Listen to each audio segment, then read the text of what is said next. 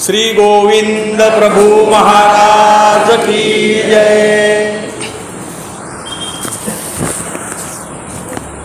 सर्वांना प्रथम दंडवत प्रणाम करतो। सर्वज्ञ श्री चक्रधर स्वामी व्याख्यानमाला आणि ही व्याख्यानमाला अव्याहतपणे 48 वर्षापासून नव्हे त्याचं 50वं वर्ष राहिलं असतं अशी ही आपल्या महाराष्ट्रातली एक जुनी जाणती व्याख्यानमाला आणि याच्यामागे असणारी प्रेरणा आणि प्रसन्नता कैवल्यवासी उपाध्याय कुलाचार्य वर्धनस्थ श्री प्रणयचे जुने बाबाजी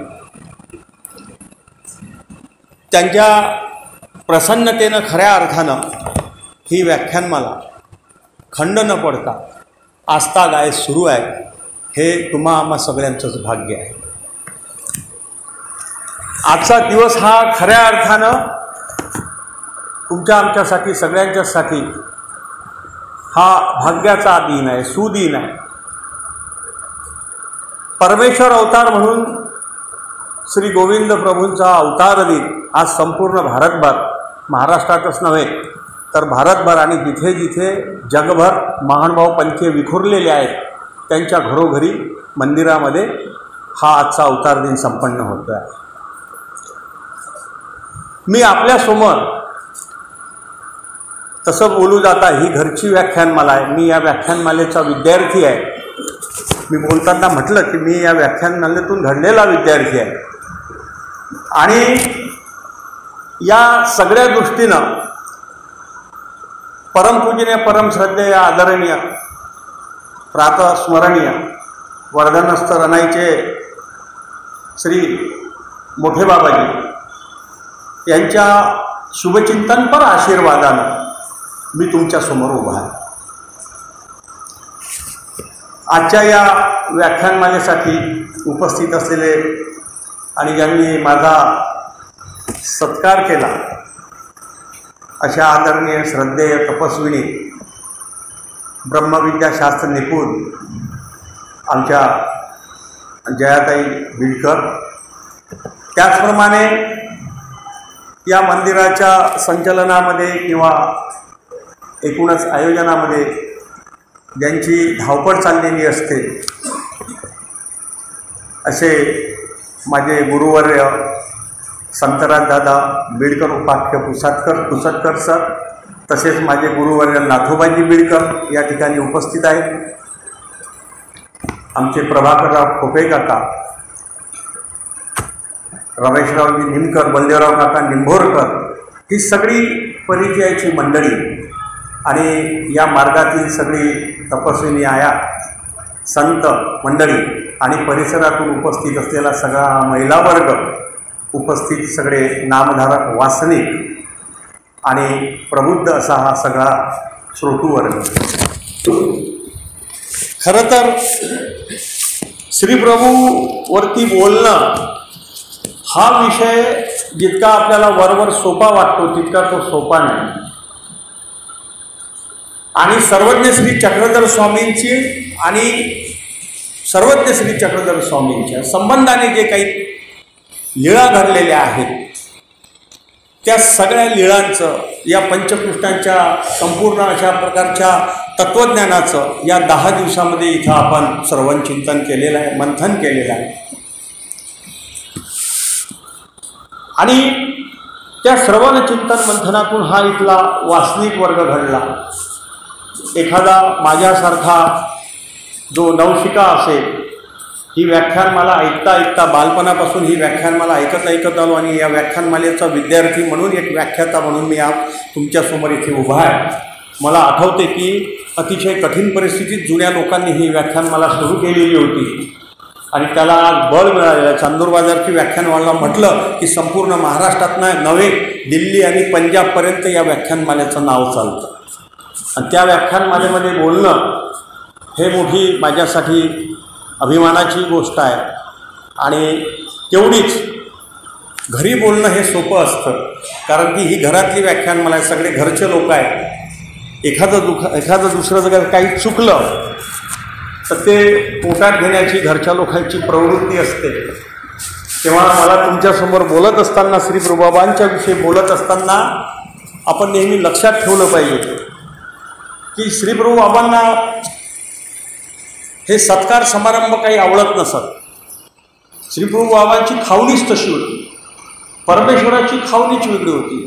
आमच्या सर्वज्ञ श्री चक्रधर स्वामींची खावणी वेगळी होती सर्वज्ञांची. आणि इकडे श्री प्रभुबाबाकडे कुठेही जर बडेजावपणा असेल तर ते त्यांना खपत नसेल. त्यांनी अनेक लोक धुडकारले. त्यावेळेचा काळ सर्वज्ञ श्री चक्रधर स्वामी उत्तरापंथे गेले आणि हे सगळेचे सगळे गंगा तीराचे भक्त या परमेश्वरपुराकडे आले.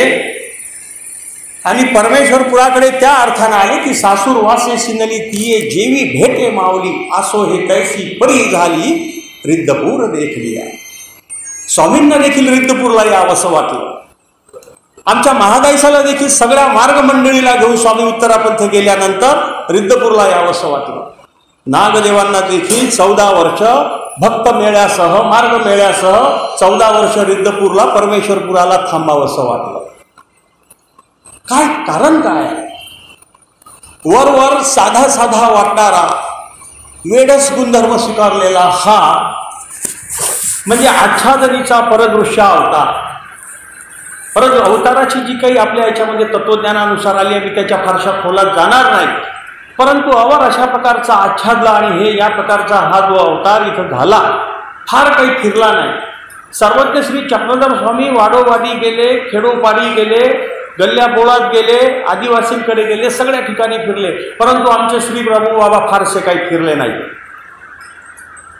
अमरावती जिल्ह्यात फिरले आणि शक्ती स्वीकार करण्याच्या निमित्तानं तिकडे चक्रपाणी प्रभुबापासून शक्ती स्वीकार करण्यासाठी तिकडे जाऊन आले. बहुतेक सगळी जी स्थानं आहेत ती आपल्या अमरावती जिल्ह्यातच आपली ही श्री प्रभुबाबांची स्थानं आहेत. आणि तो काळ जर आपण पाहिला तर प्रचंड असा जो काळ होता आणि खऱ्या अर्थानं सर्वज्ञ श्री चक्रधर स्वामींना त्या काळामध्ये जो प्रचंड त्रास इथल्या धर्मव्यवस्थेचा, इथल्या राज्यव्यवस्थेचा सहन करावा लागला. प्रचंड अशा प्रकारची कर्मकांड या वैदिक परंपरेतून आलेली होती. या वैदिक परंपरेला सर्वज्ञ श्री चक्रधर स्वामींनी नाकारून अवैदिक अशा प्रकारचं हे द्वैत तत्वज्ञान इथल्या जनमानसाला दिलं. सर्वज्ञ श्री चक्रधर स्वामींनी शास्त्र सांगितलं, तत्वज्ञान सांगितलं, परंतु आमचे श्री प्रभुबाबा कुठेही बोललेले नाही, काहीही सांगितलेलं नाही. परंतु प्रत्येक लीळेच्या त्याच्यातून जर आपण अर्थ जर काढला, त्याचं भाष्य जर पाहिलं, त्याचा हेतू जर पाहिला तर आपल्या असं लक्षात येईल की परमेश्वराच्या प्रत्येक लीळेमध्ये एक हेतू दडलेला असतो, लपलेला असतो. तो आपापल्या व्युत्पत्ती व्युत्पन्नतेने आपल्याला त्यातला तो घ्यायचा असतो. एखादा माझ्यासारखा असेल तर सामाजिक अंगानं घेईल, एखादा आणखीन कोणी अभ्यासक असेल तर तो त्यातला हेतू आध्यात्मिक अंगानं घेईल, जीवाच्या उद्धरणाच्या अंगानं घेईल. आणि या सगळ्या दृष्टीतून सामाजिक कार्य आणि आध्यात्मिक कार्य या दोन्ही अवतारामध्ये एक वैशिष्ट्य आहे. सामाजिक कार्य आणि आध्यात्मिक कार्य दोन्हीचा मेळ इतक्या सुंदरपणे घातलेला आहे, अप्रतिमपणे त्यांची या दोन्ही अवतारांनी गुंफन केलेली आपल्याला दिसते. परमेश्वरपुरामध्ये रिद्धपुरामध्ये त्यावेळेस काय चाललं होतं? वैदिक कर्मकांडच होती. आणि सगळ्या या कर्मकांडामध्ये सगळा समाज हा ग्रासलेला होता. रिद्धपूरच्या महाजनांनी तेच केलं. त्या राजमठामध्ये उंचमठाच्या बाजूला नवचंडिकेचा घट स्थापन केला. 9 दिवसाचं जागरण, 9 दिवसाचे सगळे हार, 9 दिवसाच्या सगळ्या त्या या दृष्टीनं आरास मांडलेली पूर्णचा पूर्ण त्या उंच मठाच्या दोन्ही खांबामध्ये आजही ते स्थान आहे. तिथं नवचंडिकेचा असा तो घट मांडला. तिथे ती रोपं लावली, तिथं धान्य ठेवलं, तिथं फळं फुलं सगळी वाहली. आणि श्री प्रभुबाबा जसे आमचे वेरणावरून राजमठामध्ये येतात आणि राजमठाच्या आतमध्ये आल्यावरती ते रायांगण आहे. आज जिथं जी आपण आहे महाद्वार, जे आपलं आज रिद्धपूरचं जे स्थान करतो आपण मूर्तीजवळचं, ते महाद्वार आहे. त्याच्या मागे रायांगण आहे आणि त्याच्या मागे राजमठ आहे जो अलीकडे मशिदीत आहे, मुख्य राजमार्ग. तर या उंच मठामध्ये या महाजनांनी सगळा अशा प्रकारचा सगळा हा घट मांडला आणि घट मांडत असताना श्रीप्रभू बाबा आले आणि ती सगळीची सगळी जी काही घटाची स्थापना होती, घट होता, तो श्रीचरणाने विध्वंसून टाकला, नष्ट करून टाकला. जे काही फुलोरा होता तो तोडून टाकला, हार होते ते तोडून टाकले, जे काही पालापानी होता ते तोडून टाकला आणि जी काही धान्याच्या राशी होत्या त्या सुद्धा फेकून दिल्या. आणि तिथे महाजनांनी एक आंडोर ठेवले होते असा उल्लेख चरित्रामध्ये येते. छोटासा एक कोणीतरी बालक आणि कोणी सोकारी तिथं ठेवला होता, त्याला धपाटा अन्नान हाकलून दिलं. तो बोंबलत महाजनांपाशी गेला आणि महाजनांपाशी महाजन आले आणि ते पाहिलं की श्रीप्रभू बाबांनी हे सगळं झालेलं आहे आणि ते कोपले. श्रीप्रभू बाबा कोपले की हे अशा प्रकारच्या घटाची इथं गरज नाही. आणि नागदेवाचार्य महिमत असेल आणि सगळ्याच्या सगळ्या आबाईसा असतील, आबाईसा नंतर आल्या, बाईसा असतील, या सगळ्या या दृष्टीनं तिथं हे सगळे भक्तजनांना शिव्या द्यायला लागले महाजन की हे शिवणी आले आणि आमचे राऊळ यांनी चालवले. शिवणी म्हणजे खडकुलीजवळ शिवना नदी, गोदावरी नदी आणि येळा नदी या 3 नदीचा संगम आहे, म्हणून त्याला शिवन प्रांत म्हणतात. आणि त्या हे शिवणी आले आणि आमच्या श्रीप्रभूंना चालविले असं सगळे महाजन यांच्या नावाने खडे फोडत आहेत, या सगळ्या भक्तांच्या नावाने. आणि हे सगळे भक्त घाबरलेले आहेत. श्रीप्रभू बाबांनी ही क्रिया का केली, त्याच्यामागं काय कारण असलं पाहिजे. म्हणजे त्याच्यामध्ये असं सांगितलं जातं की हेतूविना मंदोपी न प्रवर्ते. हेतूशिवाय साधा एखादा कोणी वेडच माणूस असेल किंवा गृहस्थ असेल आपल्या आजूबाजूचा, तो हेतूविना काहीही करत नाही. आणि हे तर खुद्द परमेश्वर अवतार आहेत, समाज सुधारक आहेत. ज्यांना समाज सुधारक घ्यायचं असेल त्यांनी समाज सुधारक घ्यायचं, ज्यांना परमेश्वर अवतार घ्यायचं असेल त्यांनी परमेश्वर अवतार घ्यायचं. श्रीप्रभू बाबांच्या चरित्रामध्ये दोन्ही लोकांसाठीच्या गोष्टी आहेत. आणि परमेश्वर अवताराने समाज कार्य करू नये अशातला काही भाग नाही, परंतु मूळ जीव उद्धरणाचं कार्य हे परमेश्वराच्या खाली असते, जीव उद्धरणाचं कार्य. आणि या सगळ्या दृष्टीनं तो विध्वंसला.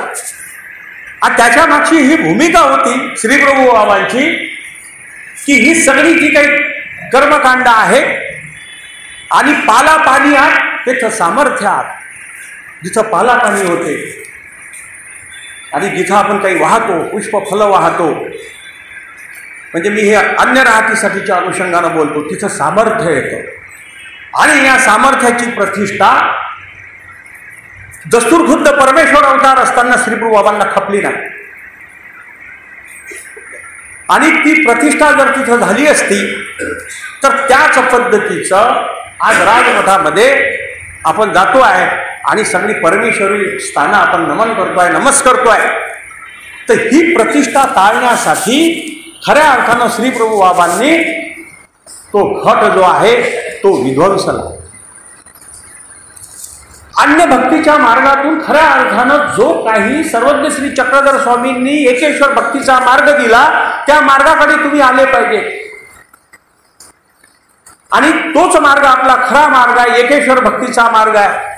आणि हे तुम्ही काय करता आहात, तर या दृष्टीनं त्यांनी ईश्वर समीप असता देवतेने घेऊ नये असे आमचे हेतुस्थळकार म्हणतात.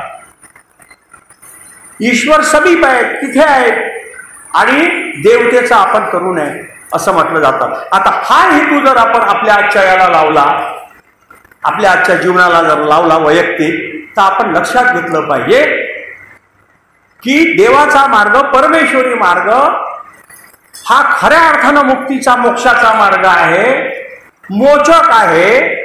परंतु जीवाचं पहा कसं चाललेलं आहे, सगळं मोचकाच्या मार्ग आहे. आणि स्वामी म्हणाले जीव दृष्टार्थी आहे, प्रचंड दृष्टार्थी आहोत आपण, दृष्टाच्या मागा आहोत आपण. म्हणजे आमच्या धर्मकार्यातही आपली दृष्टार्थ आहोत आपण, आमच्या आध्यात्मिक कार्यातही आपण दृष्टार्थी म्हणून वावरतो आहोत. हे चांगली गोष्ट नाही. ह्या सगळ्या छोट्या छोट्या लीळेतून सांगितलंय की दृष्टाच्या मागे तुम्ही लागू नका. दृष्टे अदृष्ट न साधे लाभे. स्वामींनी सांगितलेलं की हे शास्त्र कोणी कशासाठी अभ्यासते, कोणी कशासाठी अभ्यासते, कोणी दृष्टासाठी अभ्यासते, कोणी अदृष्टासाठी अभ्यासते. आणि स्वामींनी अदृष्टाचं महत्त्व सांगितलेलं आहे. आणि स्वामींच्या तत्वज्ञानाची स्वामी उत्तरापंथी गेल्यानंतर आमच्या या श्री प्रभुबाबांनी री ओढलेली आहे त्या वेळेतून की तुम्ही खऱ्या अर्थानं परमेश्वरी मार्गाकडे असलं पाहिजे. एकाच देवाची आपण भक्ती केली पाहिजे. आणि त्या सगळ्या अशा ठिकाणी आपण खऱ्या अर्थानं परमेश्वरी मार्ग जर धरला तर आपल्याला दुसऱ्या कुणाचीही गरज पडणार नाही. आणि देवतेचा मार्ग, परमेश्वरी मार्ग, याचा जो जीवेश्वर भाव आहे, हा जीवेश्वर भाव जीवाचा व्यक्त झाला पाहिजे. जीव इतका अधन आहे की तू परमेश्वराला म्हणतो तू मागं थांब, मला पुढे जाऊ दे. बऱ्याच गोष्टी तशा आपल्याला दिसते. म्हणून या सगळ्या दुष्टापासून आपण दूर जावं. कर्मकांडामध्ये हा समाज ग्रासलेला आहे, गुंतलेला आहे. आणि खऱ्या अर्थानं, एका अर्थानं खऱ्या अर्थानं मोचन झालं पाहिजे. मुक्तीकडे, मोक्षाकडे ही लोक गेली पाहिजे. म्हणून आमच्या श्री प्रभुबाबांनी त्यावेळेस तो जो घट आहे तो खऱ्या अर्थानं तो विध्वंसला. आणि श्री प्रभुबाबा कुठेही जात, मातंगाच्या घरी जात, महाराच्या घरी जात, कुंब्याच्या घरी जात, तेलियाच्या घरी जात, पोष्ट्याच्या घरी जात, 18 पगड जातीत जितक्या जितक्या म्हणून त्या काळात चातुर्वर्ण्यानुसार जाती उपजाती असते त्या सगळ्यांच्या घरी जात. आणि कुठंच बंधन नाही, कुणाच्याच घरी बंधन नाही. आणि या सगळ्या ह्या दृष्टीनं करत असताना लेकरांसोबत ते खेळत असत. लेकरुवा सन्वे आरोगणा नावाची जी लीळा आहे ती आपल्याला काय सांगते की एका घरी गेले, लेकरं बसलेले आहेत 4-5, ते त्यांची आई त्यांना जेव घालते आहे. आणि श्री प्रभू बाबा जातात आणि श्री प्रभू बाबा त्यांच्या सोबतीला बसून ती ताट वाढते. श्री प्रभू बाबांनाही वाढते, त्या मुलांनाही वाढते त्याची आई ताट. परंतु श्री प्रभू बाबा आपल्या ताटातलं घेत नाही, त्यांच्या ताटातलं खातात. लहान मुलांच्या ताटातलं खातात. लहान लहान मुलं आहेत, 8 वर्षाच्या खालचे मुलं आहेत जवळपास. आणि मुलं चिडतात आणि ओरडतात का आई, मुलं बोंबा येते, गोसावी आमच्या ह्याच्यातलं खाऊन राहिले, आमच्या ह्याच्यातलं खाऊन राहिले, आमचा वाटा खाती, आमचा वाटा खाती, आम्हा खाऊ ना देती, तरी ते खातात. शेवटी मुलांना आई वाढते परत, तेही खाते आहेत श्री प्रभू बाबा. ते मुलं परत ओरडतात की श्री प्रभू बाबा आम्हाला खाऊ देत नाही. मग श्री प्रभू बाबांना वाटते पण श्री प्रभू बाबा आपला काही खात नाही. त्या मुलांचंच ते खात आहेत, जे 4-5-6 मुलं आहेत. इतकं केल्यावरही ते मुलं शेवटी काय करतात की त्या जे ताटा आहेत ते डोक्यावर घेतात, उभे राहतात आणि श्री प्रभू बाबा मागून जातात आणि त्याच्या ह्याच्यातलं खातात. उंचीनं कमी आहेत लेकरं आणि त्यातलं ते खातात. प्रत्येक लहान मुलाच्या ताटातलं त्यांनी ग्रहण केलेलं आहे श्री प्रभू बाबांनी. आणि मग श्री प्रभू बाबा तो जो काही प्रसाद होता वाटाचा तो प्रसाद त्यांना देतात. त्यांच्या आईने नंतर त्या मुलांना वाढलं. परंतु श्री प्रभू बाबांना या लीलेतून आपल्याला काय दिसतं तर आपण पाहिलं पाहिजे की लेकरात आपण कसं मिसळलं पाहिजे. आणि ते करत असताना श्री प्रभू बाबांनी त्या मुलांचं अन्नाचं ग्रहण केलेलं आहे. याच्यामध्ये आध्यात्मिक अंगानं आपण घेतलं पाहिजे की परमेश्वर एक घेऊन एक देती. परमेश्वर काही फेक असेल तर त्याच्या दान दुप्पट देते. या दृष्टीनं त्या मुलांना खऱ्या अर्थानं भजनाचं कार्य घडलेलं आहे. पण शंका घेईल म्हणून आमचे हेतुस्थळकार म्हणतात आणि आमचे परशुराम दास म्हणतात 18 वर्षा विकल्पू संचरे, तोपर्यंत त्याचं कर्मच लागत नाही. मग हे तर लेकरं लहान आहेत. परंतु जयाच्या मालकीचे अन्न तयाशी भजनाचे फळ, त्याला त्या भोजनाचं फळ आहे. देह म्हणजे याचा अन्नदानाचं किती महत्त्व आहे आपल्या हिंदू धर्मामध्ये आणि महानुभाव पंथामध्ये हे आपण पाहतो की अन्नदानातून वेगवेगळ्या अनेक प्रकारच्या ज्या निष्पत्ती आहेत, ज्या फलकारक निष्पत्ती आहेत, ज्याच्या माध्यमातून आपला खऱ्या अर्थानं मोक्षाचा मार्ग पुढे जातो, तो मार्ग येथे सांगितलेला आहे. त्याच्या आईलाही गोमटे झालं, त्या मुलांना संबंधाचं फळ झालं, आणि जिथं जिथं काय म्हणून स्वामींचा श्री गुरु बाबांचा संपर्क संबंध झाला असेल, स्पर्श झाला असेल, ते विशेष झाले. या सगळ्या छोट्या छोट्या लीळेतून आपल्याला श्री प्रभू बाबांनी केलेलं जे कार्य आहे, कुठल्याही तत्वज्ञानाची मांडणी न करता फक्त केवळ आचरणातून पुढे जा. श्री प्रभू बाबांचं एक वैशिष्ट्य होतं की गावात रिद्धपुरामध्ये, परमेश्वरपुरामध्ये कोणाच्या घरी जर मृत्यू होत असेल तर त्याचं सूचित आमचे श्री प्रभू बाबा देत असत. बुंथी घालायचे, पांघरायचे, ज्याच्या घरी मरण होणार आहे त्याच्या घरी जाऊन बसायचे आणि किरडी करायचे. किरडी म्हणजे किरडीची बांधा म्हणून तयारी करायची. आणि मग त्या घरच्या मंडळी म्हणायची, गोसावी काही सूचित देखील देत आहे, आमचे गोसावी काही सूचित त्याचं पाहत आहेत का, काय दिसते आहेत का. आणि त्या घरातला 2-3 दिवसात कोणीतरी सरेल. असं सगळ्या ठिकाणी जात असं श्री प्रभू बाबा. आणि श्री प्रभू बाबांचं वैशिष्ट्य आहे की श्री प्रभू बाबा जिथं जिथं जात तिथं तिथं आपल्या परिसस्पर्शानं तो भाग त्यांनी इतका विशेष करून ठेवला की त्याचं गोपटा आहे की आपल्याला ही सगळी स्थानं करायला मिळतात. नारोबा बहारी यांनी फार चांगल्या प्रकारचं वर्णन केलेलं आहे रिद्धपूर वर्णनामध्ये. ती चरणलिपीची उपमा दिलेली आहे. जिथं जिथं आमचे श्रीप्रभू बाबा खेळीनले गेले त्याला चरणलिपीची अशा प्रकारची उपमा नारोबा बहारी यांनी दिलेली आहे. या सगळ्या दृष्टीनं श्रीप्रभू बाबा दात आणि मृत्यूचं सूचक असेल तर ते सुद्धा देत असत. आणि असंच झालं की आमच्या तिकोपाध्यायाच्या ज्या पत्नी होत्या त्या गेल्या, म्हणजे आवारामध्ये जे मुख्य स्थान आहे ओटा, आता तिथं श्रीप्रभू बाबांचा 60 वर्ष जवळपास मुक्काम होता आणि उडिवामध्ये 12 वर्ष, म्हणजे तिकोपाध्यायाच्या आवारामध्ये 72 वर्ष श्रीप्रभू बाबांचा रहिवास होता आणि उर्वरित सगळा राजमठामध्ये होता. 125 वर्षातून 72 वर्ष वजा जर केले तर तो सगळा मुक्काम श्रीप्रभू बाबांचा नंतरच्या काळामध्ये राजमठ तिथे झालेला आहे. तिकोपाध्यायाच्या आवारामध्ये गेले, श्रीप्रभू बाबा आसनी असतील आणि ते म्हणाले तो येईल म्हणे, कुठे खाईल म्हणे, खालील म्हणे. अहो खायलीची म्हणे. श्रीप्रभू बाबांचं वैशिष्ट्य होतं, पहिला एकदा शब्द बोलायचे ते सकारात्मक बोलायचे, दुसरा बोलायचे तो नकारात्मक बोलायचे, आणि तिसरा जेव्हा वाक्य त्यांनी उच्चारलं तो सकारात्मक बोलायचे, म्हणजे ते घडत असे.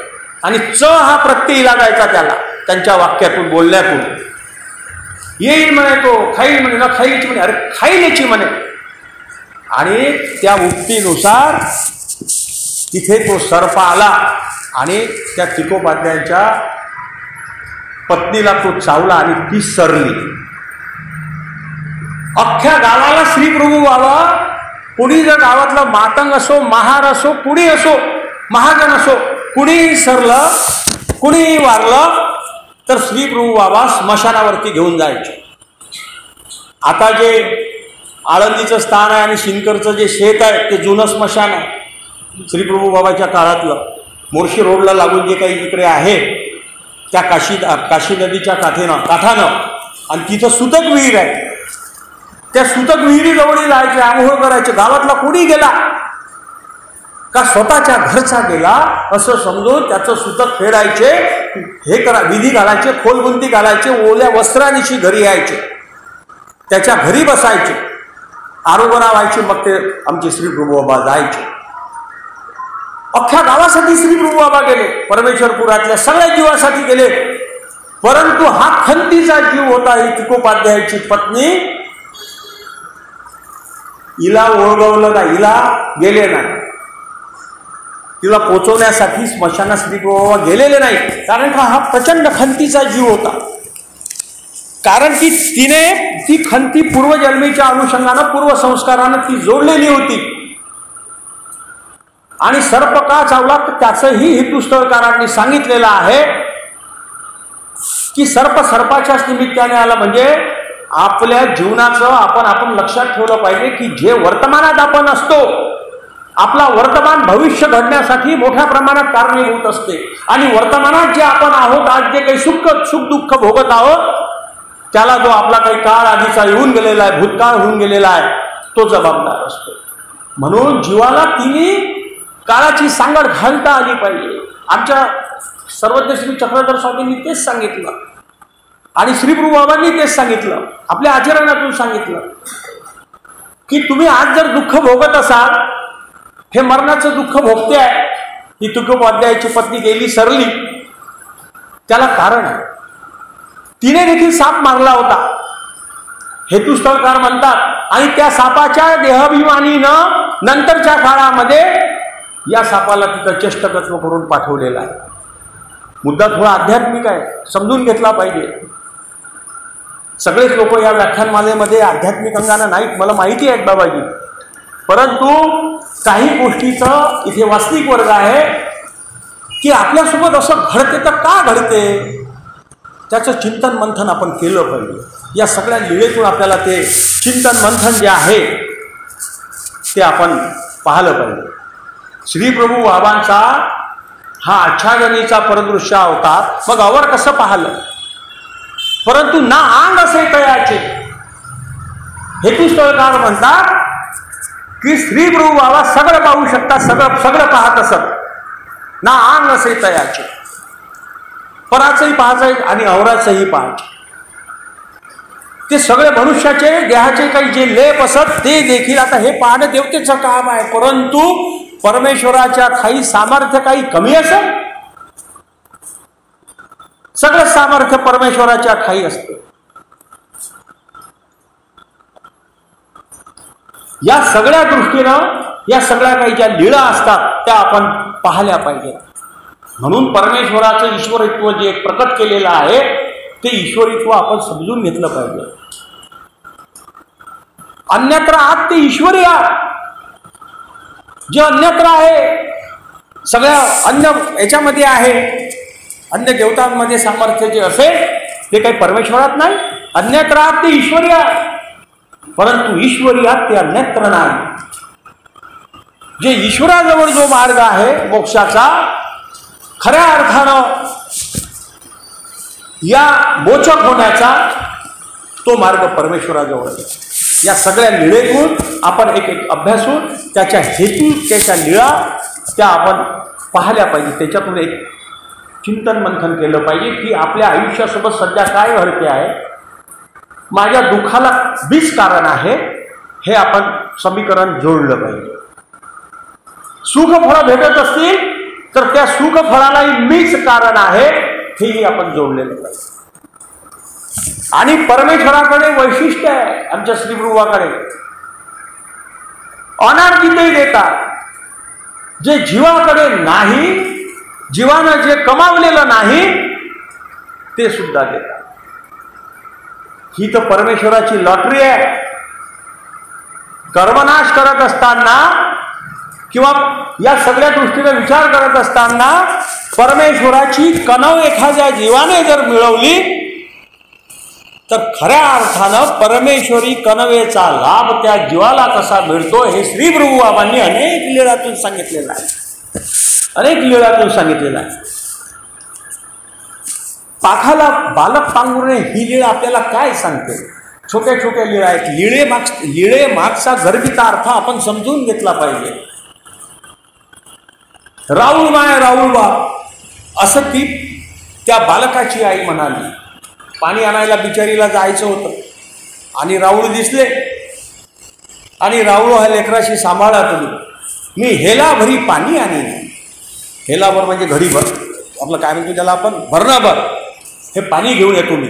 आणि त्या लेकराला खेळवलं श्रीप्रभू बाबांनी आमच्या. खेळलं लेकरू झोपलं. घरात गेले, पाखाल काढली. जुन्या काळी पाखाल होत्या, 2 भाग असायचे.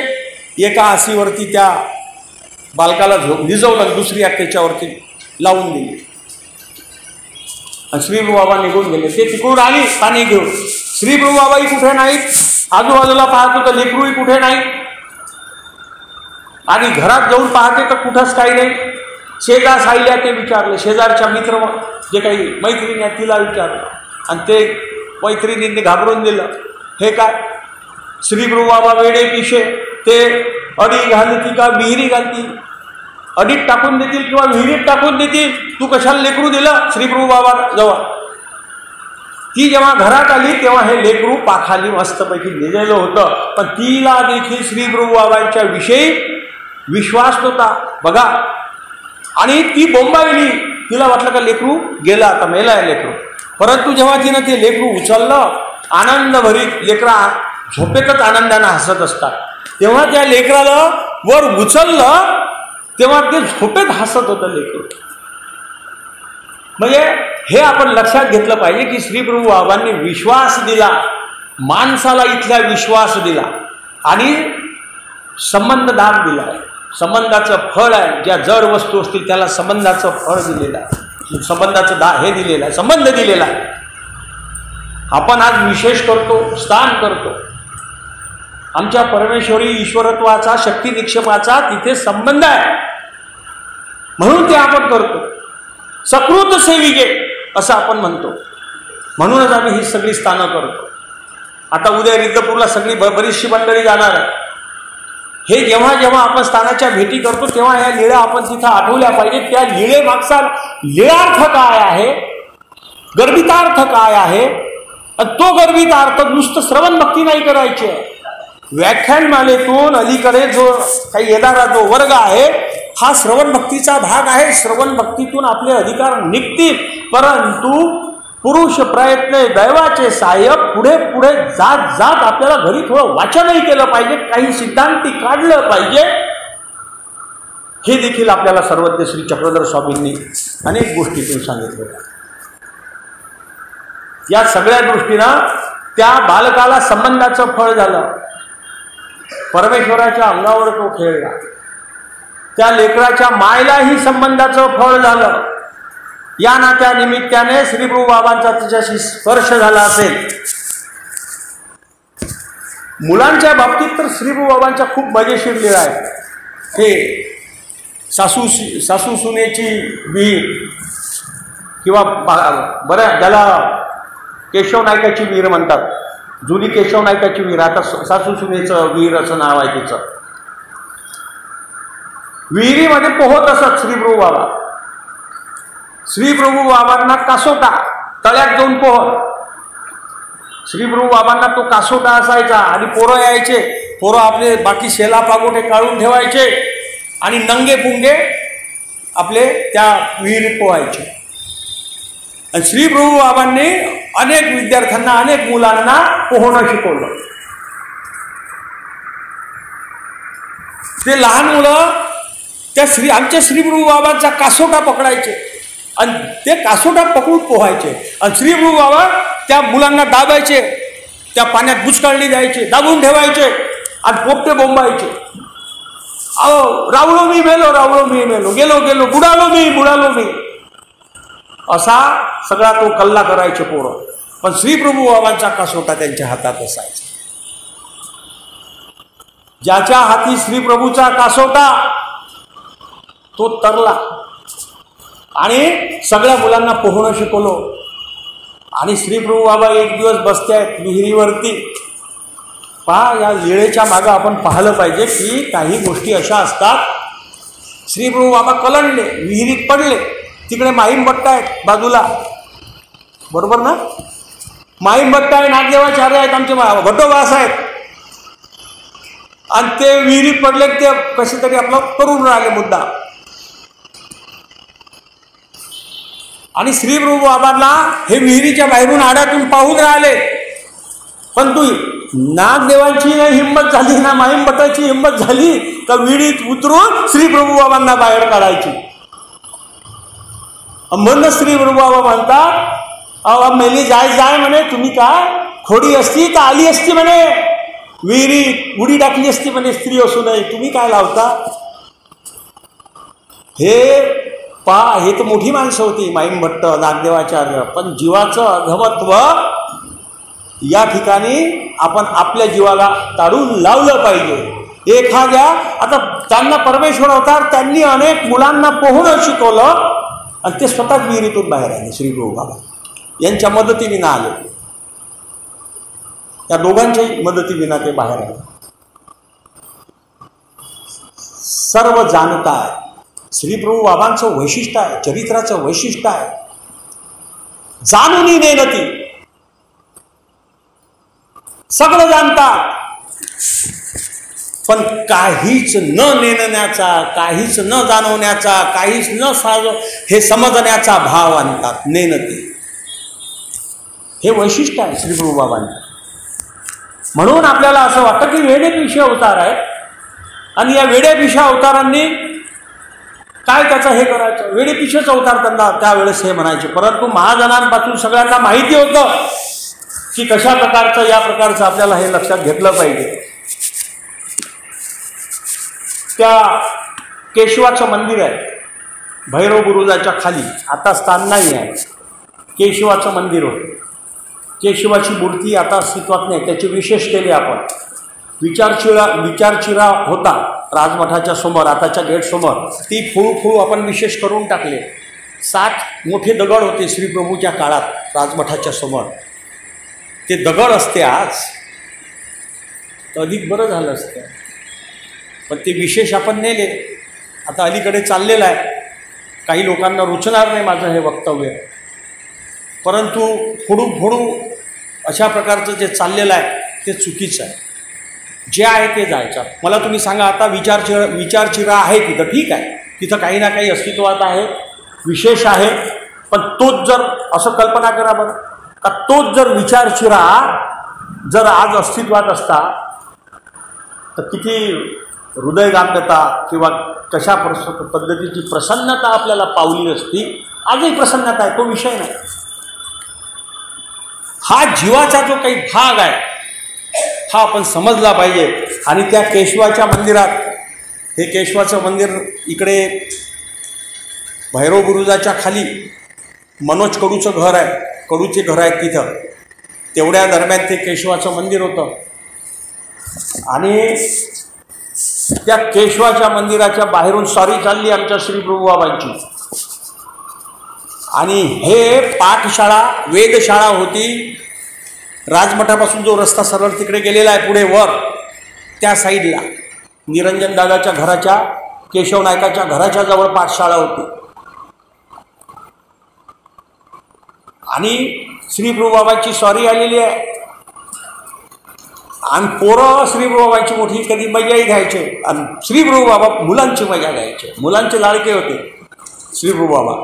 आणि त्या केशवाच्या मंदिराजवळ आले आणि पोरं त्यातले पाठशाळेतले काही गावात गेले होते फिरायसाठी, चाटा मारून वेधशाळेतून. आणि काही पोरं तिथं होते.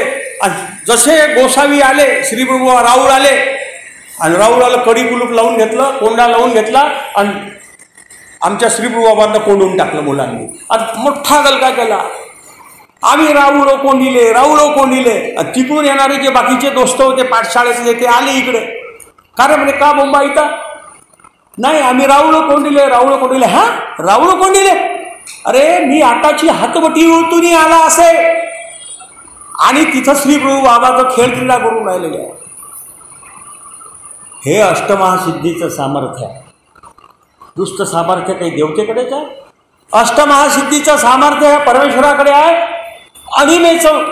अनिमेचा उपयोग केला. अनिमा 8 आहेत त्या सगळ्या. आणि अणु एवढं धारण झाले, कुठेही खिडकी नाही, कुठेही दार नाही निघायला. आज कोंडा कुलूप उघडून पाहतात तर श्रीप्रभू बाबा दृश्य कुठंच नाही आहे. श्रीप्रभू बाबा गाभाऱ्यात पाहिलं, मंदिरात पाहिलं, आजूबाजूला पाहिलं, खिडक्या नाही, काहीच नाही. श्रीप्रभू बाबा गेले कसे तर श्रीप्रभू बाबा आमचे बाजारात खेळत होते. मुलांना त्याचा विस्मय झाला, चर्चा झाली त्याची. आणि या सगळ्या दृष्टीनं पाहत असताना वेगवेगळ्या खेळ क्रीडा करत असत. त्या वेळेतून ते सांगत असत. अष्टमहासिद्धीचं जे काही सामर्थ्य आहे ते आपण पाहिलं पाहिजे. सर्वज्ञ श्री चक्रधर स्वामी श्रीप्रभू बाबांविषयी दस्तूर खुद्द म्हणाले कवणे जीवा कवणे वेळी श्री प्रभू काही देती नेहमी जे श्री प्रभूची लीळा. कोणत्या जीवाला कोणत्या ठिकाणी श्री प्रभू बाबा काय देतील, अनार्जित ते देतील हे काही सांगता येत नाही. एवढं मोठं द्वैत तत्वज्ञान सांगणारे तत्ववेत्ते म्हणून आणि खऱ्या अर्थानं परमेश्वर तुमच्या आमच्या समोर वचनरूप शब्दरूप परमेश्वर वचनरूप सूत्ररूप परमेश्वर देणारे सर्वज्ञ श्री चक्रधर स्वामी ते म्हणतात की नेहमी जे श्री प्रभूची लीळा. हे वैशिष्ट्य आहे या अवताराचं श्री प्रभू बाबांचे, की परमेश्वरालाही परमेश्वराच्या अवतारित्वाचा खऱ्या अर्थानं श्री प्रभू बाबांच्या विषयीच्या ज्या काही अगम्य लीळा आहेत त्या लीळा आकलनाबाहेरच्या लीळा आहेत. आणि त्याला प्रमाण म्हणून आमचे सर्वज्ञ श्री चक्रधर स्वामी म्हणतात की नेहमी जे श्री प्रभूची लीळा. या सगळ्या दृष्टीनं कृमी ते ब्रह्मपदा पाठवली. 60 जीवांचं जे काही खऱ्या अर्थानं पाठवत असत, अविद्या ते काढत असत, त्या दृष्टीनं हे जे काही चरित्र आहे सर्वज्ञ आमच्या श्री प्रभू बाबांचा जो अवतार आहे तो आपण समजून घेतला पाहिजे. त्या अवतारानं भरपूर काही गोष्टी सांगितलेल्या, प्रत्यक्ष कृतीतून सांगितलेल्या. तेल्याच्या घरी गेले एक दिवस, तेल्याचं लेकरू भाकरी खाऊन आलं होतं, त्याच्या हातची भाकरी हिरतली, त्याच्या हातची भाकरी घेतली आणि ते भाकरी खाऊ लागले आणि तेलीन बोंबाईली, आवो रावळो रावळो ही तेलियाची भाकरी. कारण की कानव शाखेतले ब्राह्मण श्री प्रभू बाबा आणि सगळ्या महाजनाईला जर समजलं का श्री प्रभू बाबांनी या तेल्याच्या घरची भाकर खाल्ली तर हे घर वालीत टाकतील, यांना उपहास होईल. म्हणून ती म्हणते रावळो रावळो ही तेलियाची भाकरी. आणि आमचे परमेश्वर अवतार श्री प्रभू बाबा म्हणतात अहो मेली जाय जाय म्हणे, हे तेलियाची भाकरी नव्हे म्हणे, हे लाखाची भाकरी होय म्हणे, लाख नावाच्या पदार्थाची भाकरी आहे आणि भाकरीला जात नसते असा सांगणारा हा परमेश्वर अवतार. आज आपण पाहतोय प्रचंड जातीचा स्तोम आहे. महानुभावपंथीय लोक जातपात मानत नाही. त्या वेळेतून आमच्या श्रीप्रभू बाबांनी सांगितलं मातंगाची वस्तीच बाहेर काढून टाकली. आम्ही रावळो रावळो आम्ही पाणी विनो मरित असे मरून आले होते. श्रीप्रभू बाबांनी सांगितलं की इथं इथं खण म्हणे, इथं खणची म्हणे, इथं लागेलीची म्हणे. लागलं तिथं पाणी. पहा कसा चातुर्वर्ण्यामध्ये कशा प्रकारचा भेद होता, प्रचंड जाती भेद होता. त्या मातंगाची वस्ती बाहेर काढली. ती मातंगाची वस्ती गेली जवळपास सर्व तीर्थाच्या उजव्या बाजूला. जिथे मातंगाची विहीर आहे त्याच्या इकडची जी साईड आहे ते पुनर्वसन केलं त्यावेळेस. आता आपण पुनर्वसन शब्द ऐकतो. या महाजनांनी त्या मातंगाचं पुनर्वसन केलं, तिथं वस्तीच्या बाहेर काढलं. आणि या सगळ्या याच्यातून स्वामी त्यांच्या पाठीशी ठामपणे उभे राहिले. मातंगाच्या घरी गेले, त्यांना पाणी मिळवून दिलं, त्यांना हक्क मिळवून दिला. मानवी हक्क प्रस्थापित करण्यासाठी त्यांना काम केलं. अरे जीवा जीवात जर अशा प्रकारचा जातीभेद असेल तर तो काही कामाचा नाही. आज आपलं काय चाललंय समाजामध्ये, त्यावेळी जातीभेद होता, आज काय कमी आहे? प्रचंड जातीभेद आहे. तुम्ही पहा, बातम्या पहा, टीव्हीवरच्या बातम्या पहा, सगळ्या ज्याच्या त्याच्या जातीच्या अस्मिता इतक्या टोकदार झालेल्या आहे. परंतु महानुभाव पंथीय जो असेल, ज्यानं स्वामीचं तत्वज्ञान स्वीकारलं असेल, त्यानं जर जो जातीचा विचार केला तर नेहमी लक्षात ठेवलं पाहिजे का हा विचिकित्सा जनित विकल्प आहे. आणि या विचिकित्साजनित विकल्पाच्या मुळं तुम्हाला दुःख लाभणार आहे, दुःख होणार आहे. कारण की हे सगळे नरकाने नेणारा हा मार्ग आहे. म्हणून जात पात अजिबात अगदी पाळू नये. महानुभाव पंथी असेल तर ते पाहत ते जात विचारत नाही, कोणी कोणाला जात विचारत नाही. पण आतमध्ये अदृश्य स्वरूपात जातीचा प्रभाव, जातीचं स्तोम इतकं प्रचंड प्रमाणात या जीवाच्या या मानवाच्या डोक्यात आहे. ते काढण्याचं काम आमच्या सर्वज्ञ श्री चक्रधर प्रभूंनी आणि आमच्या श्री गोविंद प्रभूंनी त्या काळामध्ये केलं. की नरकाला जाल, हा विचिकित्साजनित विकल्प आहे. जेवढा देवताजनित विचिकित्सा तुम्हाला मोक्षाकडे नेणार नाही, तसाच हा जो काही विचिकित्साजनित विकल्प आहे तो तुम्हाला प्रेतदेहाच्या नरकाकडे नेईल. 100 वर्षाचे नरक आहे, साध्या जातीचा उल्लेख केला. हा उच्च आहे, हा नीच आहे, हा श्रेष्ठ आहे, हा कनिष्ठ आहे, असा भाव जर जीवाच्या मनात निर्माण झाला तर 100 वर्षाचे प्रेतदेहाचे नरक आहे. आणि 18 वर्षा विकल्प संचरे असं परशुरामदास म्हणाले, ते जर वजा केले तर 92 वर्षाचे आहे. हे आपण पाहिलं पाहिजे. जातीयवाद, जातीभेद आपण नष्ट केला पाहिजे. तुमची व्यवहारापुरती काय काय असेल ते हे करा, परंतु तुम्ही जिथं जिथं जातीचा उल्लेख प्रचंड अशा प्रकारचा स्तोभ बांधलेला, त्या काळात यादवांच्या काळात प्रचंड अशा प्रकारचा सगळा अंधकारमय काळ असताना जातीभेदाच्या विरहित समाज रचनेचं काम या दोन्ही अवतारांनी केलं. आणि आपण त्यांच्या विचाराचे पाईक बनवतो, आपण त्यांच्या विचाराचे पाईक आपल्या डोक्यामध्ये हा अजिबात विकल्प असू नये. नरकच आहे तो आपल्या शास्त्रानुसार. म्हणून मानव पंच लोक ही आनंदाची गोष्ट आहे की संतराज बाबाजी आपण कोणी कोणाला जात विचारत नाही. आणि सगळा जे काही समभूती अशा प्रकारचं जे काही वातावरण आहे ते ठेवलं पाहिजे. परंतु ज्यांच्या मनामध्ये असेल त्यांनी ती जात काढली पाहिजे, डोक्यातून काढून टाकली पाहिजे. या सगळ्या तेलियाची भाकरी खाल्ली, त्याचं फळ आहे, भजनाचं फळ भेटलेलं आहे. त्याच्या भजनाचं फळ त्याच्या आईला भेटलेलं आहे.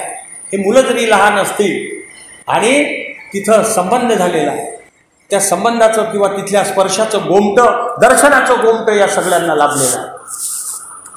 त्या काळामध्ये आपल्या तत्वज्ञानानुसार शास्त्र, आपल्या ब्रह्मविद्याशास्त्रानुसार मायेनं तिथले जीव रिद्धपुरातले परमेश्वरातले योजिले होते, योजन केलेलं होतं. हा जीव इथं, हा जीव तिथं. आमच्या स्वामींनी परस नायकाला आणि उपाध्यायांना, जानो उपाध्यायांना तिथून पाठवलं श्रीप्रभूंच्या सेवेसाठी. आले परस नायकच म्हणाले की मला जायचं आहे. जानोपाध्यायाला सोबत घेऊन निघाले आणि परस नायक आमचे मधातच अडकले चांगदेवला. तिथं आंब्याच्या पंक्तावळी चांगल्या चाललेल्या होत्या, उन्हाळ्याचे दिवस होते, मांडे, आणि त्या पंक्तावळी परस नायक अडकले. परंतु स्वामींनी विहित केलं होतं जाताना की श्रीप्रभूंच्या ठाई जात असताना विशेष आपण ठेवला पाहिजे, विशेष जी काही दक्षता आहे ती बाळगली पाहिजे. कसा उठी बसीचं ज्ञान कसं असलं पाहिजे ते सर्वज्ञ श्री चक्रधर स्वामींनी या अवताराच्या निमित्ताने तुमच्या आमच्यापर्यंत पोचवलं. ते याच अर्थानं पोचवलं की आपण आपल्या समाजात वावरत असताना किंवा आजही आपल्या आध्यात्मिक किंवा आपल्या मार्गरूढीत वावरत असताना उठी बसीचं ज्ञान आपल्याला असलं पाहिजे. ते त्या उठी बसीचं ज्ञान श्रीप्रभूच्या समोर सर्वज्ञ श्री चक्रधर स्वामींनी या जानोपाध्यायांना सांगितलं. आणि जानोपाध्याय आले ते परशुरामदास आपलं परस नाईक तिकडेच अडकले आणि मोठा आनंद झाला. त्यांचं स्वागत झालं. त्यांना चांगलं बाईसा होते, हे ते तिकोपाध्यायाच्या आवारात आले. बाईसा नव्हते, तिकोपाध्यायाच्या आवारात आले. आंबे घेतले होते, ते आंबे त्यांना दिले. आधी आमच्या यांनी सांगितलं श्रीप्रभूंनी, मेला जाय म्हणे, तू जाय म्हणे, येईल म्हणे, खाईल म्हणे, खादेल म्हणे. म्हणजे तिकोपाध्यायाच्या घरी त्याच्या बायकोला तिच्याच घरी साप येणार आहे हे सांगितलं नाही, पण उपाध्यायांना सांगितलं की तू जाय पतीशाळेत जाय म्हणे, तिकडे पाठशाळेत जाय म्हणे. पाठशाळा मागेच आहे, निरंजन दादाच्या घराच्या जवळपास, तिकडे पाठशाळेत पाठवलं. हे तिकोपाध्यायांच्या मुलींनी सांगितलं, कारण की उपाध्यायांच्या काही लक्षातच येऊन नव्हतं राहिलं जानोपाध्यायांच्या. म्हणजे एका जीवाला स्वामी प्रभू संरक्षण पोचवतात, एका जीवाला पोचत नाही. हा भेदभाव का? जीवानं जे जोडलेलं आहे त्याच्यामध्ये परमेश्वरही कधी हस्तक्षेप करत नाही. आणि जिथे करतात तिथे अनार्जित म्हणून ते देतात. हे देखील आपण लक्षात ठेवलं पाहिजे. या सगळ्या दृष्टीनं जानोपाध्यायांना पाठवून दिलं तिथं आणि ते तिच्यातून वाचले. श्राद्धा घरी आरोगणा नावाचं तळेगावकर बाबांच्या मठामध्ये आतमध्ये स्थान आहे. आणि जी लीळा आपण पाहिली त्या ह्याच्यामध्ये श्राद्धघरी, ती एक म्हातारी होती, तिच्या घरचं कोणीतरी सरलं श्राद्धाचं हे होतं. का आमचे श्रीप्रभू बाबा गेले, ब्राह्मणांना ते जीव खाऊ घालून राहिले. आणि हे आमचे श्रीप्रभू बाबा गेले. अहो मेली जाय जाय म्हणे सोनियाचा भातू आणि ना म्हणे, सोनियाचा भातू आणि ना म्हणे. सोन्याचा भात म्हणजे पिवळे तांदूळ, पिवळे भात येत होते. आता आपण पॉलिशचे खातो. सोनियाचा भातू आणि ना म्हणे. आणि ती म्हणते म्हातारी, हा रावळो रावळो आणि म्हणे, अनिल म्हणे. आणि श्रीप्रभू बाबांच्यासाठी तिने तो भात आणला. कुटकी कोदोचा भात होता, राळीचा भात होता, भगर आणली. आणि ती म्हणते आमच्या गोसाव्याला, रावळो रावळो मी दुबळी, माझ्याकडे भातू नसेल, तांदूळ नसेल. परंतु त्या म्हातारीचा जो काही भगर आहे, कण्या पडलेल्या होत्या त्या तांदूळाच्या, त्याची आरोगण आमच्या स्वामींनी तिथं स्वीकारली. तिचा जो काही प्रेमाचा उपाय जो आहे, तो उपाय त्या म्हातारीने तिथं जोडला. म्हणजे एकीकडे आपण पाहिलं पाहिजे, आपल्या वर्तमान जीवनात करत असताना एकाईसाच्या पोळ्या रोट्या आमच्या श्रीप्रभू बाबांनी नाकारल्या. एकाईसाच्या रोट्या का नाकारल्या आमच्या गोसाव्यांनी? तर जेव्हा आमच्या सर्वज्ञ श्री चक्रधर स्वामींनी आमचे नागदेवाचार्य भटोबासांना पाठवलं होतं काही कामासाठी, सावखेड्याला गेले होते आणि सावखेड्यावरून आशू आणायचं काम दिलेलं होतं. तर तेव्हा या जी काही एकाईसा होती, भटोबास थकून भागून आले, इतकं चालत गेले, इतकं आले. आणि थकून भागून आल्याच्यामुळं त्यांना भूक लागली. आणि आमचे सर्वज्ञ श्री चक्रधर स्वामी म्हणतात, वानरेश भुकेले, वानरेश भुकेले. वानरेशांना भूक लागलेल्या, भटोबासांना भूक लागलेल्या, कोणाकडे काही खायला असेल तर ते दिलं पाहिजे. या एकाईसा ही वाराणसीला जात होती सारंग पंडितासोबत. आणि तिनं त्याच्या शिदोरीच्या रोट्या ज्या होत्या त्या सगळ्या अशा बांधून ठेवलेल्या होत्या वर. आणि सर्वज्ञ श्री चक्रधर स्वामी पाहतायत की आता ही म्हणे, स्वामी बाहेर जात आहेत, आतमध्ये येतात, वानरेश बापुडे वानरेश भुकेले, बापुडे वानरेश भुकेले. परंतु एक नाही ना दोन नाही, या एकाईसानं त्या रोट्या अजिबात दिलेल्या नाहीत, तशाच ठेवल्या. तेव्हा ही एकाईसा जेव्हा रिद्धपूरला येते, स्वामी उत्तरापंथे गेल्याच्या नंतर, तेव्हा ही एकाईसा माईन भट्टांना विचारते की भटो, मी श्रीप्रभू गोसावीच्या ठाई एक उपहार करीन, माझं काहीतरी अन्न ग्रहण त्यांनी केलं पाहिजे, उपहार माझा झाला पाहिजे.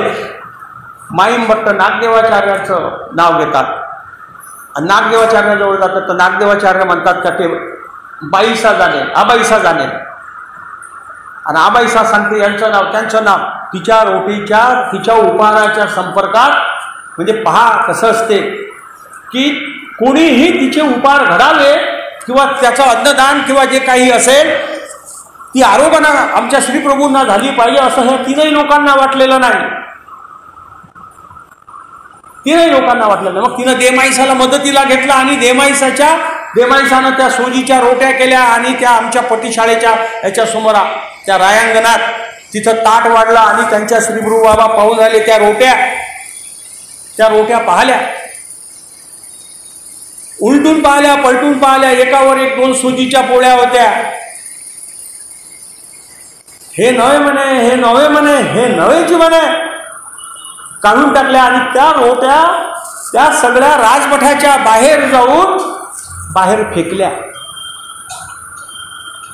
जो परमेश्वर अवतार अन्न कण कण वेचून, जमिनीवरचं वेचून खातात, आणि तेच परमेश्वर अवतार अशा प्रकारचं एखाद्या व्यक्तीच्या, एखाद्या जीवाच्या रोट्या नाकारतात, त्याचं कारणही त्याचं. कारण की त्यावेळेस ही जी काही सर्वज्ञ श्री चक्रधर स्वामी परमेश्वराला खंती येत असते अशा जीवाची, अन्नदानाच्या संदर्भात आपण क्रिया करत असताना आपण ही लीळा प्रमाण ठेवली पाहिजे, लक्षात ठेवली पाहिजे. अस्तेनी पदार्थे अवंचकत्वे क्रिया केली पाहिजे. आपण सगळ्या वास्तविकांनी, नामधारकांनी, महानुभाव पंथातल्या जो कोणी असेल त्यांनी लक्षात ठेवलं पाहिजे की अस्तेनी पदार्थे अवंचकत्वे क्रिया. तुमच्याजवळ पदार्थ आहे ना, मग तो आमच्या मार्गासाठी आला पाहिजे, थोडाफार परमेश्वरी मार्गासाठी आला पाहिजे. आमच्या साधूला अन्नदान किंवा काहीतरी झालं पाहिजे. या एकाईसानं रोट्या बांधून ठेवल्या आणि श्री बाबाची खंती आली, त्या घेतल्याच नाही. आमच्या आबाईसानं दुसऱ्या पोळ्या लाटल्या आणि त्या दिल्या आणि ते मग पाहून राहिले श्री बाबा, हे होय म्हणे, हे होय म्हणे, हे होयची म्हणे, आणि त्या आरोग्यात केल्या. तिच्या रोट्या फेकून दिल्या, परिवात नेऊन टाकल्या, थेट राजमठाच्या बाहेर नेऊन टाकल्या. इथेही नाही ठेवल्या, तिथेही नाही ठेवल्या. ही खंती आहे. याचा अर्थ परमेश्वराची खंती आणि पुढार, परमेश्वराच्या एका अवताराची खंती दुसऱ्या अवतारात कशा प्रकारे प्रवाहित होत असते हे लीळा प्रमाण आहे. या 21च्या लीळेवरून, रिद्धपुरातल्या लीळेवरून आणि सर्वज्ञ श्री चक्रधर स्वामींच्या, अरे स्वामींनी दस्तूर खुद्द त्या 21ला म्हटलं होतं की तुम्हाला आम्ही तुमच्या उपहाराचं गोमत देऊ.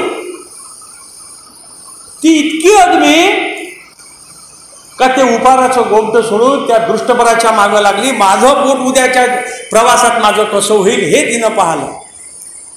इतकं सगळं स्वामींनी सांगितल्यावरही ते तिनं ते नाकारलं. ह्या सगळ्या गोष्टी आपण पाहिल्या पाहिजे. म्हणून या क्रिया ज्या आपण मार्गात करतो, तुमच्याजवळ अस्तेनी पदार्थे अवंचकत्वे क्रिया केल्या पाहिजे.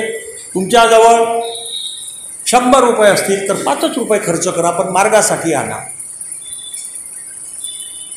परमेश्वराचा असन्निधानी आहोत आपण.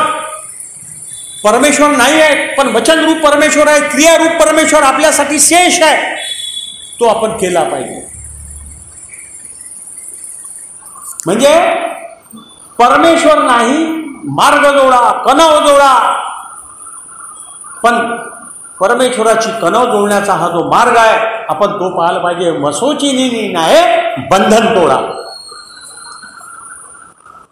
आपल्या शास्त्रामध्ये आलेलं आहे.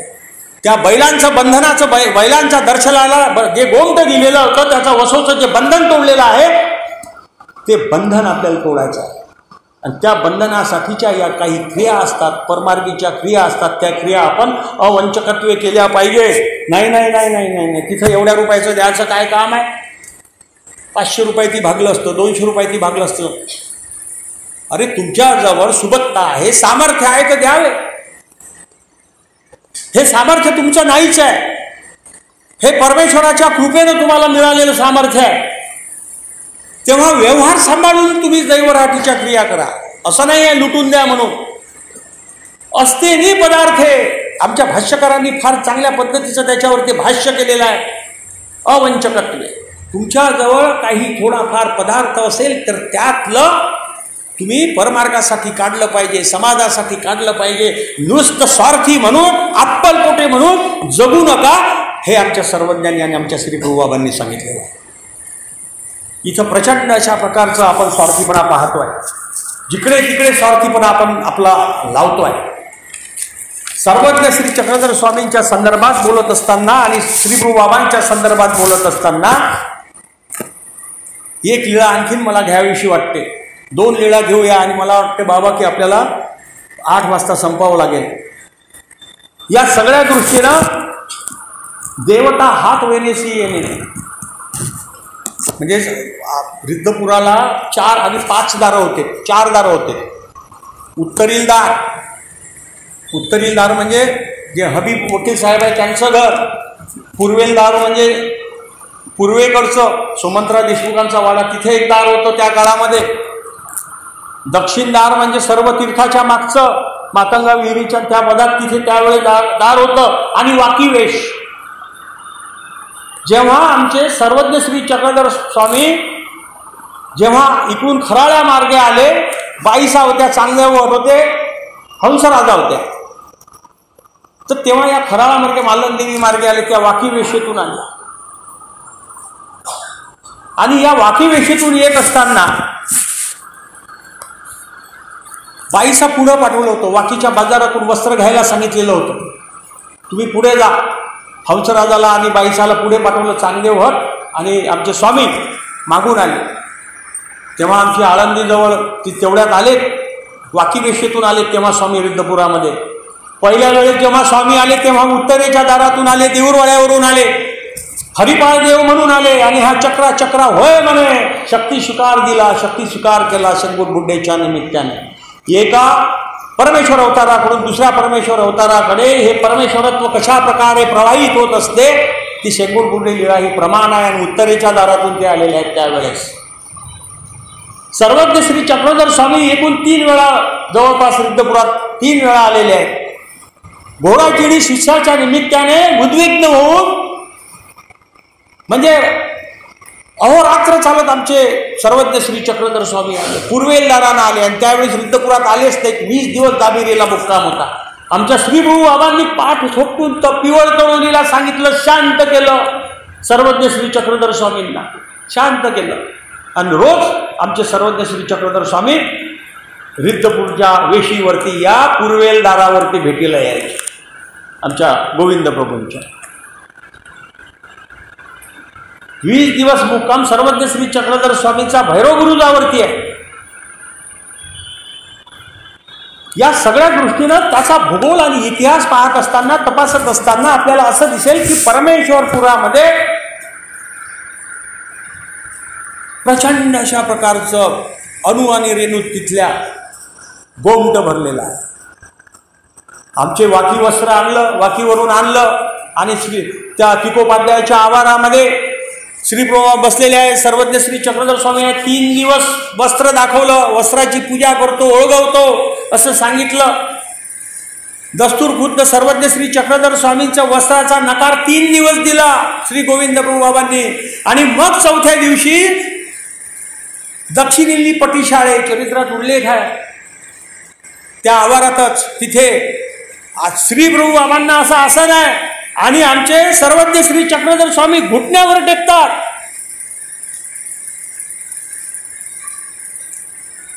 आणि वस्त्र ओळखण्याची विनंती करीतात. 3 दिवस निराकारीला पण जी स्वीकारोजी स्वीकारोजी. श्री प्रभू बाबांनी ते वस्त्र स्वीकारलं आणि जे काही वस्त्र होतं ते बाईसांच्या हातातून त्यांना तिकडे ते त्यांनी दिलं, स्वामींच्या हातातून घेतलं आणि जुनं वस्त्र काढलं, नवीन वस्त्र नेसले आणि जुने वस्त्र बाईसाकडे दिले. बाईसांनी ते वस्त्र झटकलं आणि आमच्या सर्वज्ञ श्री चक्रधर स्वामींनी बाईसांची चांगलीच कान उघाडणी केली. हे काही बाई वस्त्र कैसे झटकी तसा. बाईसा म्हणाली का याच्यामध्ये रस असे म्हणून मी ते झटकतो. सर्वज्ञ श्री चक्रधर स्वामी म्हणाले, आमचे स्वामी म्हणाले, बाई श्री प्रभू आणि रज असे म्हणित असा. हे रज ब्रह्मादिका दुर्लभ. हे ब्रह्मादिकालाही दुर्लभ आहे, त्याला तुम्ही रज असं म्हणता, मातीचे कण धुळीचे कण असं म्हणता. हे इतकं परमेश्वरत्व जाणून खऱ्या अर्थानं श्री गोविंद प्रभूंच्या चरित्राची आणि त्यांच्या अगम्य अशा लीळांची उजळणी सर्वज्ञ श्री चक्रधर स्वामींनी आम्हाला करून दिलेली आहे. अनंत उपकार आहेत या सगळ्या आमच्या परमेश्वराचे आमच्या सगळ्यावर. परंतु जीव इतका अधम आहे की ते उपकार उलट आपण म्हणतो की देवावर उपकार मी केले. बऱ्याच गोष्टीत आपल्या इतका अहमभाव आहे, प्रचंड अहमभाव आहे. परमेश्वरावर उपकार केले आपण बऱ्याचदा आपल्या बोलण्यातून येतो, म्हणजे त्याचा आविर्भाव असते. बोलण्याचा भाव जरी नसला पण तुमच्या सांगते की तुम्ही किती अधम आहात. जीवाचं ते भागच आहे. परंतु हे अधमत्व जर संपवायचं असेल तर या सगळ्या लीळांच्या माध्यमातून आपला पुढे गेलो पाहिजे. एक ब्राह्मण आले आणि ते ब्राह्मण आमचे श्री प्रभू बाबा त्या उंच मठाच्या आणि राजमठाच्या समोर पटीशाळा आहे. हे दुर्दैव आहे आज आपलं का ओरिजिनल राजमठ नाही आहे आज आपल्याजवळ. तो भाग बराचसा त्याच्यामध्ये अतिक्रमित झालेला आहे. आणि ब्राह्मण आला, हे आसनावर माचीआवरी बसले होते मासा म्हणजे मोठा असा एक पलंग, आणि ब्राह्मण आला, यजमाना ब्राह्मणा भोजन दिजे. ब्राह्मणाला आपल्या घरी येत असत, पहिल्यांदा कोणी येत असं समजा गावातला मागणारे येत असत, ब्राह्मणा भोजन दिजे. आणि आमचे श्रीभाऊ वागतात, अहो मेली जाय म्हणे, भानवसी जाय ना म्हणे, भानवसी जाय ना म्हणे. भानवसी म्हणजे स्वयंपाकघरात जाय म्हणे, आहेत म्हणे तिकडे आबाईसा. आबाईसानं त्या ब्राह्मणाचे पाय धुतले, त्याला ओवाळलं, टिळा लावला, पाठ घातला आणि भरपेट जीव घातलं. आबाईसानं भरपेट जीव घातलं आणि जेवण झाल्यावर त्याला तांबूळ दिलं ॲडव्हान्समध्ये. तांबूळी घेऊन जाय बा, तू असा नको जाऊ. परमेश पहा कसा आहे, कणव पहा कशी असते, जीव जोडत नाहीत पण जीव कसा अनार्जित कसा देते, पण जीव पहा कसा अधम असते. आणि त्याचं भरपेट जेवण झालं, ढेकर घेऊन तो इकडे बाहेर आला आणि स्वामी आमचे श्रीबाबा बसलेले आहेत तिथे. आणि त्यानं श्रीबाबाकडे दस्तूर खुद्द असा हात दाखवला आणि स्वस्ती श्री चिरंजीवी तर अशा शुभाशीर्वाद देऊन राहिला तो श्रीबाबाला, का तुमचं भलं होईल, तुमचं सगळं व्यवस्थित होईल, तुमचे फलाफुलांनी वाडे भरतील, असे जुन्या काळात आपण पाहिले आपले घरी येत असत. श्रीप्रभूवाले हात देऊन राहिला आणि श्रीप्रभू उठले, इतका हाणला धरून ब्राह्मण, इतका हाणला, त्यानं पाठीवर पाय ठेवला. यजमाना भोजन देती तर देती म्हणे, मारी ती म्हणे. तेव्हा सगळे भक्तजन म्हणे, अरे हे राहुल, रावळाचा गाव राहुल समर्थ, तू कोणासमोर बोलून राहिला आहे. तेव्हा त्याच्या लक्षात आलं, हे जीवाचं अधमत्व शाळण्यासाठी, घालवण्यासाठी चिंतन मंथनाची गरज असते. बाहेरगावची बरीच मंडळी आहे, माझ्याकडे बोलण्यासारखा बराच विषय आहे, परंतु काय झाला आहे की विषय थोडासा आज आपला व्याख्यानाला थोडीशी आपल्याला उशिराही सुरुवात झाली. बोलण्यासारखं जेवढं बोललो त्याच्या दुप्पट शिल्लक आहे माझ्याकडे बोलण्यासाठी. आपण नंतर आपल्याला देवाचा पूजाअवसर या ठिकाणी करावयाचा आहे. तेव्हा मला असं वाटतं की आपला या व्याख्यानमालेचा मी एक जुना विद्यार्थी आहे आणि 8च्या पुढं काटा सरकला की ते सरकू देऊ नये, हा या व्याख्यानमालेचा प्रघात आहे. तेव्हा मला जे इथं मांडता आलं आणि परमपूजनीय, परमश्रद्धेय, आदरणीय, प्रातस्मरणीय विद्यमान आमचे रणाईचे श्री मोठे बाबांच्या शुभचिंतनाने मी हे तुमच्यासमोर बोलू शकलो याची जाणीव मला आहे. तुमच्याशी चिंतन मंथन करण्याची इथल्या सगळ्या संयोजकांनी मला जी सेवा दिली आणि हे वाकपुष्प श्रीप्रभूच्या चरणी अर्पण करता आलं, आपल्या सगळ्यांना दंडवत प्रणाम करतो. श्रीप्रभूचरणी नतमस्तक होतो आणि थांबतो. दंडवत प्रणाम. श्री गोविंद प्रभू महाराज की जय.